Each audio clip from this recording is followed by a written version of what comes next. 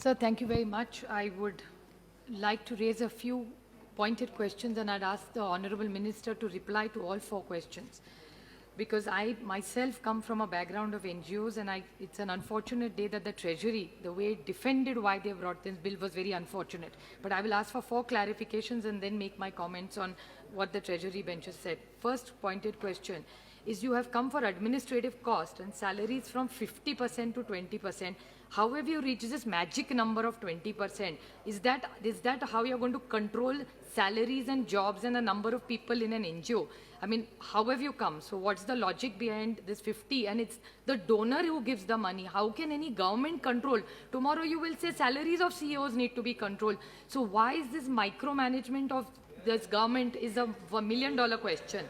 Second, I clearly need a clarification, because I think there's some disparity in understanding, and we need to clarify this to the nation, that Mehtab ji, who's also a senior leader, and Saugata Babu, whose speeches we all hear absolutely, because we all learn from all their speeches. So I want to ask and put it on record, in clause 5, amendment section 11, there is a point said that everybody has to have, there's arbitrariness, and in that they have requested that Aadhaar has to be there. When everybody, including the Honorable Supreme Court, has said that Aadhaar is not required, there is a little gap between the 2 speeches. If you could kindly clarify, why do you need an Aadhaar compulsory when the Honorable Supreme Court repeatedly has said, do not follow that?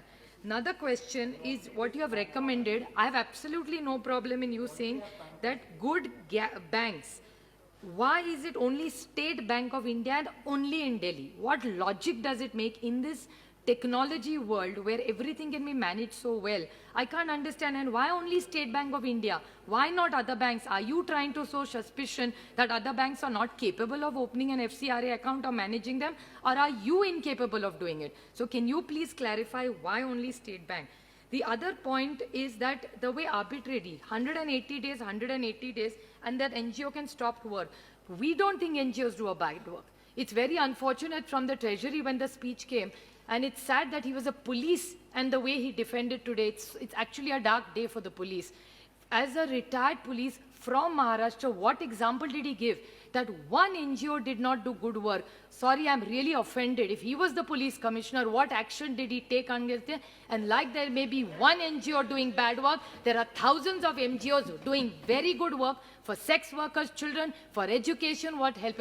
Look at in this pandemic, governments have done excellent work, but please don't undermine NGOs who for years together, whether they're on that side, this thing, what they're thinking. And one small last point, which is most important, sir, he has defended a case which happened in Orissa about a family who was burnt alive.